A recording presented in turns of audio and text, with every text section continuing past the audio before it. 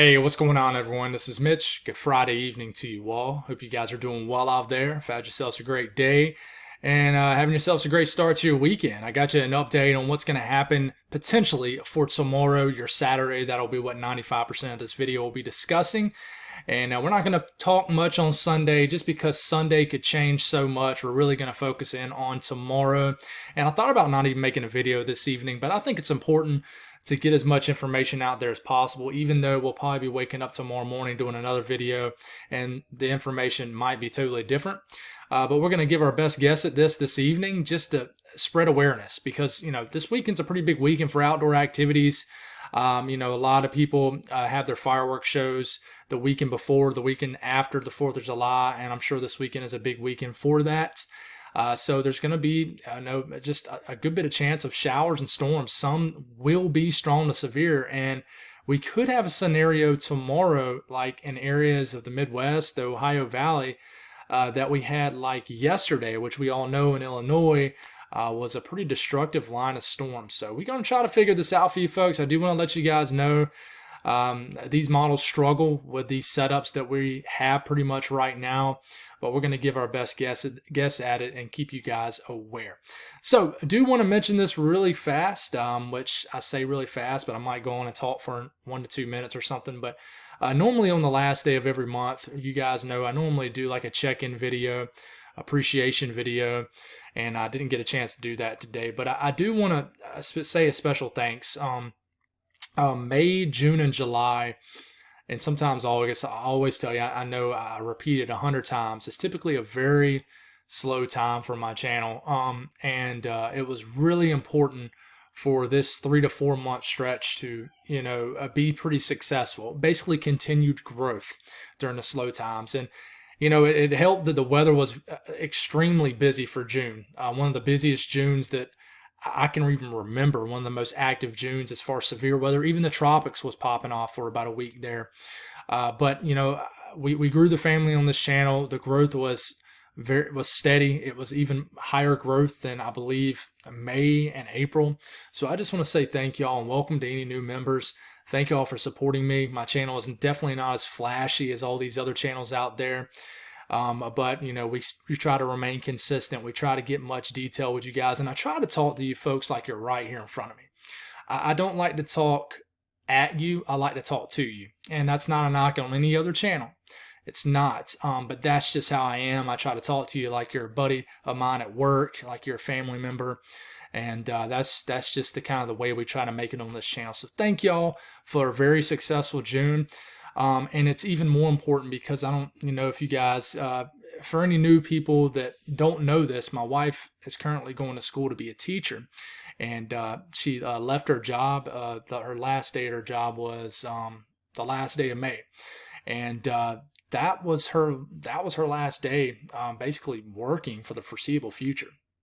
Of course, she works her butt off as a mom, but as far as bringing in another income, that's it. Because basically the last 20 to 25% of her degree, which if you guys don't know, she's going to school to be a school teacher, is pretty much internships and things like that, and basically kind of a job shadowing a teacher, if you will.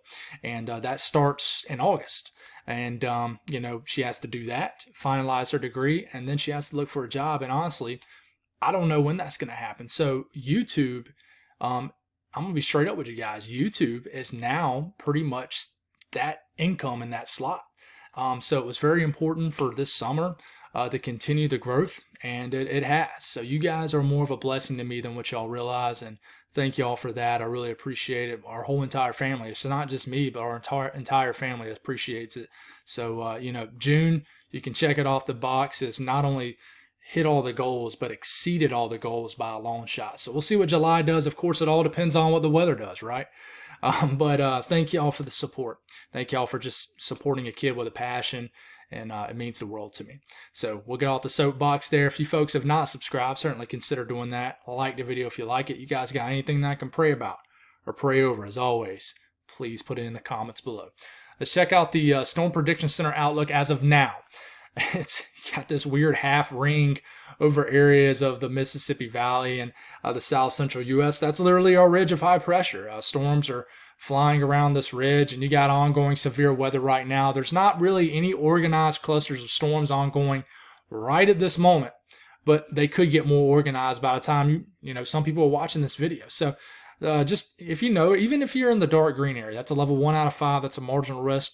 You have a chance of severe weather also. So tornado threat, watch out here in the next couple hours. You could get a few very photogenic tornadoes here in the flatter regions of western Kansas, eastern Colorado. I told you this morning it was going to get quite active in this region. It's already beginning to get pretty active right now. So let's actually take a look at what's going on right now. We actually have a tornado warning. And where is this? Yes, this is in southeast Colorado. So there's a tornado warning inside this severe thunderstorm warning. It's snowing in some of the higher elevations of the Rockies. But there's some pretty intense weather, and this energy will continue to make its way into areas of northeast Colorado. And there's a lot going on. You got a severe thunderstorm warning down here in the Panhandle of Texas. I don't want to spend too much time on this because by the time some of you folks watch this, this will be old news. But you got a severe thunderstorm warning here in South Dakota. And then you move your way into the area that's going to get quite active tomorrow. And you got a severe thunderstorm warning that might get close to St. Louis. Severe thunderstorm warning here in southern Illinois and in western areas of Kentucky. So we need to watch. We even have, and I mentioned this too this morning, that I thought it could be quite a stormy evening in areas of the Delmarva. And sure enough, it's quite stormy. We actually had a tornado warning a little bit earlier. It even have some storm action that was ongoing over the last couple of hours in the Carolinas. But our main focus shifts to tomorrow, where as of now, you have an enhanced risk of severe storms, level 3 out of 5, for areas of eastern Missouri, central and southern areas of Illinois, all of western Kentucky, and then areas of eastern and south. Areas of western and southwestern Indiana. Sorry, you get my directional mix up here. Slight risk extends all the way from central Missouri all the way to the central and southern Alps. Okay, this includes most of West Virginia, half of Virginia, a good chunk of North Carolina and the Carolinas, North Georgia, upstate South Carolina, northern Alabama, even a small section of northern Mississippi, and all of Tennessee, northeast Arkansas. Okay, you even got an area down here in the southern high plains. But we're not going to speak on that much in this video. We'll talk about that in the morning. As of now, you have a 2% risk of a tornado within 25 miles in any given location in this pretty large area that you see in the green. But I'm telling you, we're going to get a bump up to a 5% risk, probably somewhere back here in Illinois tomorrow. So we're going to get we're going to wake up to an increased tornado risk tomorrow. That's what I'm thinking, just based off what I'm about to show you here in a second. The wind, this is the biggest deal though, okay? You got the yellow, which is a 15% risk. Remember, I always will re-explain this to any new viewers. That's a 15% risk of winds exceeding 50 knots or higher. That's 55 to 60 miles per hour and mile per hour readings. You have a 30% risk of that same criteria in the red area. But you see the black dashes going through this?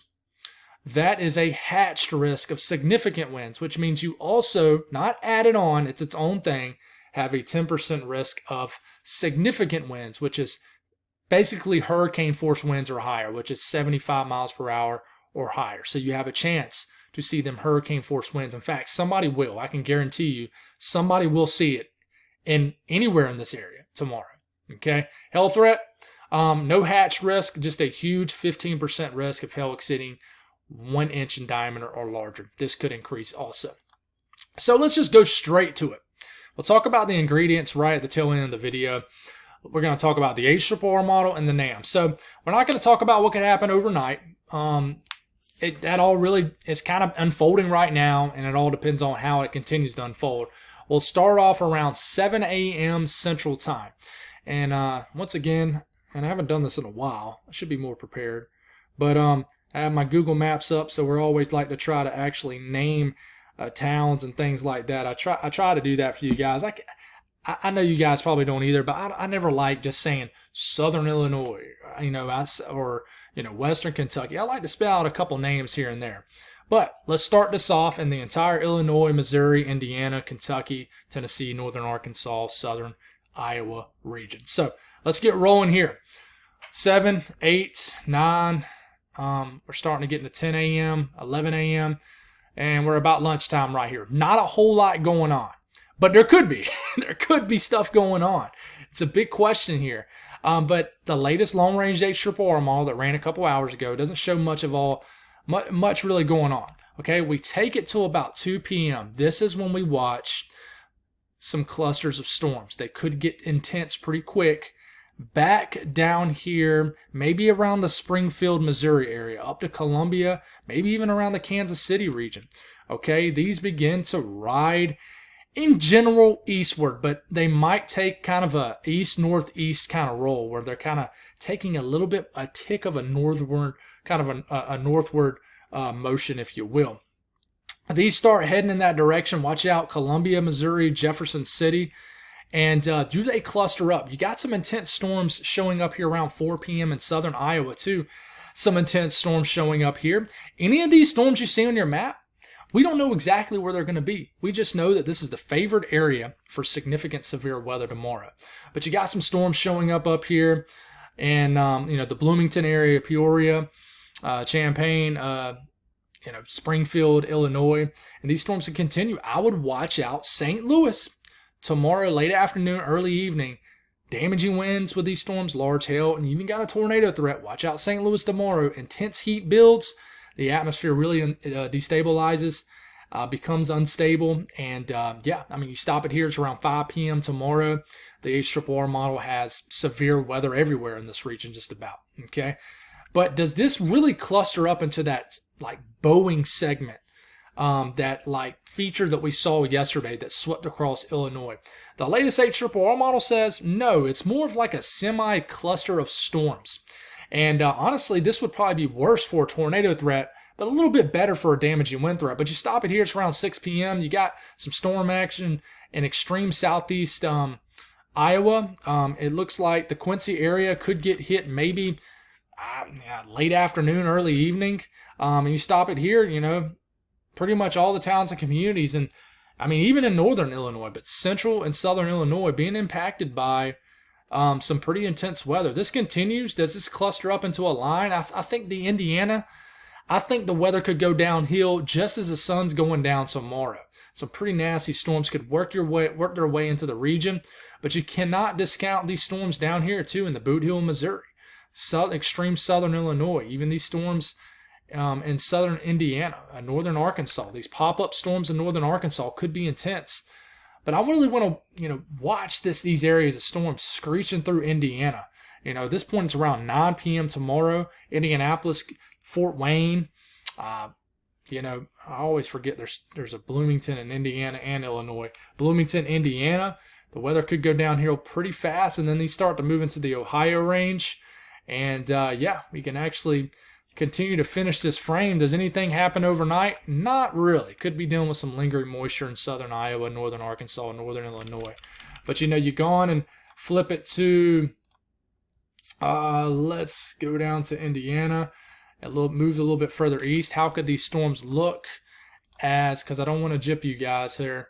And let's take it all the way out. And here comes these storms coming in the map. So they sweep through Indiana, probably in the late evening hours. At the same time, you got a pretty nasty area of storms working its way through western and central Kentucky sometime tomorrow evening. And then they're working their way through Ohio, too. And guys, the timing could be everywhere. This could be 1 to 2, 3 hours off. But the latest HRRR model says, a kind of a broken up line of storms working its way through Kentucky and then western Ohio approaching the midnight time frame. But how much does this hold together? It's a big question. But they enter West Virginia into the wee hours of the morning, Sunday morning, and you still got a lingering area of storms down here in this region. What does the NAM show? NAM is everywhere also, okay? You take it all the way to about 3 p.m., you got a cluster of storms here in Columbia, Missouri, point south, developing some storm action in the Iowa-Missouri border. You take it out to about 6 p.m., and there's still it's just a broken up line. You got like I said, kind of like a semi-cluster area of a storm, semi-discrete cells. None of them are really completely broken off and discrete. But, around 6 p.m., watch out St. Louis, southern areas of Illinois. Springfield, down here to Mount Vernon area, Effingham, Carbondale, down here to Paducah, Kentucky. You guys could certainly see some nasty weather late afternoon, damaging winds, large hail. These continue. It could get quite stormy late afternoon into the evening hours in western Kentucky. It's very stormy at this point around 8 p.m. when the sun's beginning to set. Could be a very stormy evening hours in Illinois. And then these make their way into Indiana. It looks like they lose some steam. And, you could be dealing with some storms to the wee hours of the morning, Sunday morning in northern Indiana, Ohio. But I can tell you the NAM looks the most intense tomorrow afternoon, evening, and it really loses some steam as it gets into Sunday. So we look up the updraft helicity swath, and as you can tell, it really increases now for tomorrow afternoon, evening in Illinois. This is why I think you're going to have an increase to a 5% risk in central and southern Illinois. You're going to have an increased tornado threat. This really shows some of these storms really spinning. So I know everybody's screaming damaging winds, hail, and there's only a 2% risk of a tornado right now. But if you're in central Illinois, southern Illinois, even portions of states surrounding Illinois, be aware of this tornado threat too, because it's something that needs to be taken a little bit more serious, I think. Okay, you look at the winds, and this is typically off, but quickly. It really shows the idea that this is quickly going to emerge as a damaging wind threat. You see this area right here, that's winds pushing 70, 80, 90 miles per hour around the Springfield, Missouri area. I'm not saying that's going to happen exactly in Springfield. Just know that as soon as these storms start really getting going, they all will have the chance to produce damaging winds. Look at this little area right here. And this is just basically going off where it thinks the storms are going to go. So you could very well have a line of storms going through this region tomorrow afternoon and evening, or you could not. But you see these little embedded areas of 40, 50, 60 mile per hour winds. That is a possibility, and it's likely going to happen for somebody. So we take our way to the southern Alps. It's just as tricky down here, guys. You start off tomorrow morning, we could be dealing with an area of showers and storms in Kentucky. Remember we talked about that area of storms that was in moving out of Kentucky into eastern Mississippi this morning, and I told you it was a possibility it could maintain itself as it got into North Georgia, and it certainly did. I mean, it was there was some severe warned storms that made its way into northeast Alabama and northern Georgia. And, that could be a deal. That could be the same deal as tomorrow. We could be waking up to some storms in Kentucky, even though it doesn't look that impressive on what you're seeing. We very well could be waking up to it. And we could get some kind of lull in the afternoon. And then look at these storms popping up in northern Alabama, northern Mississippi, the southern Cumberland Plateau of Tennessee. These could be severe around 4, 5, 6 p.m. You could have a cluster of storms here in Virginia. And then does any of these areas of storms cluster up? Maybe. But this is around 7 to 8, 9 p.m. Could be a stormy evening for Atlanta, Birmingham, the Greenville, Spartanburg area. These storms could very well be down here. I know y'all thinking, Mitch, you're just everywhere, man. Well, the models are everywhere, and I'm telling you, that's why you have a massive slight risk, because it's saying, hey, you might not get a drop of rain, you might get a very intense thunderstorm. But, you take it out to 8, 9 p.m., it shows an organized area of storms in Georgia, maybe in Alabama, and also some storms in northern North Carolina. You keep this going, and it shows a more organized cluster of storms screaming through Kentucky, making its way to West Virginia. And you could be waking up tomorrow, Sunday morning, to some storms again in Kentucky or Tennessee. It's a tricky one, guys. It really is. We look at the NAM. Same kind of deal. The NAM wants to wake up tomorrow morning to a lot of shower and storm activity in North Georgia, the Cumberland Plateau, maybe just east of Nashville, northern Alabama. We very well could wake up to that, okay? This could linger, make its way all the way down to Georgia, Alabama, and then what happens to the afternoon hours? Well, we could have clusters of storms in North Carolina. The NAM shows nothing really, much of anything developing in this region like the HRRR model is tomorrow afternoon and evening. So, is it? That's a big question. But just know that any of these little rounds of storms will pack a punch. And the reason is you got pretty intense thermodynamics. High Cape levels will start off tomorrow morning. Look at the Cape. CAPE is already pushing over 3,000 joules per kilogram in western Tennessee, northeast Arkansas, and the Boot Hill, Missouri, and northern and central Alabama, northern Mississippi. CAPE is already building well above 2,000 to 3,000 joules per kilogram, and then it spikes in Illinois. Okay, so this is like extremely early afternoon in Illinois, and you already got a ton of energy in the atmosphere building. How much energy builds into this region? It's a big question. Okay, but look at this high levels of CAPE tomorrow evening. Pushing 4,000 joules per kilogram in mixed layer CAPE is pretty high. Surface CAPE is probably even higher. So there's a lot of energy for any storms to eat off of left over, but it really just depends on what the morning convection does. It really does, but of course we lose daytime heating, and then we lose the convective energy in the atmosphere. And then we watch for a little bit of a low-level jet as this little piece of energy rounds. You can actually see the little bit of a low right here in Iowa. But this is the low-level jet. We start to make our way into tomorrow afternoon. You got a little bit of a 30, 40 knot low-level jet screeching through areas of southern Missouri. This really enhances in southern and central Illinois. And this is what I worry. You see how the wind barbs are kind of spinning right here? They kind of go in multiple directions here. This is the low. Kinematics build all the way up to that low. And I'm watching for a tornado threat right here in central Illinois especially. Something is going to get going in this region. And just south of it, you're going to have enhanced kinematics, which I think you're going to have some kind of damaging cluster of storms wind-wise in this region with an embedded tornado threat with this low-level jet.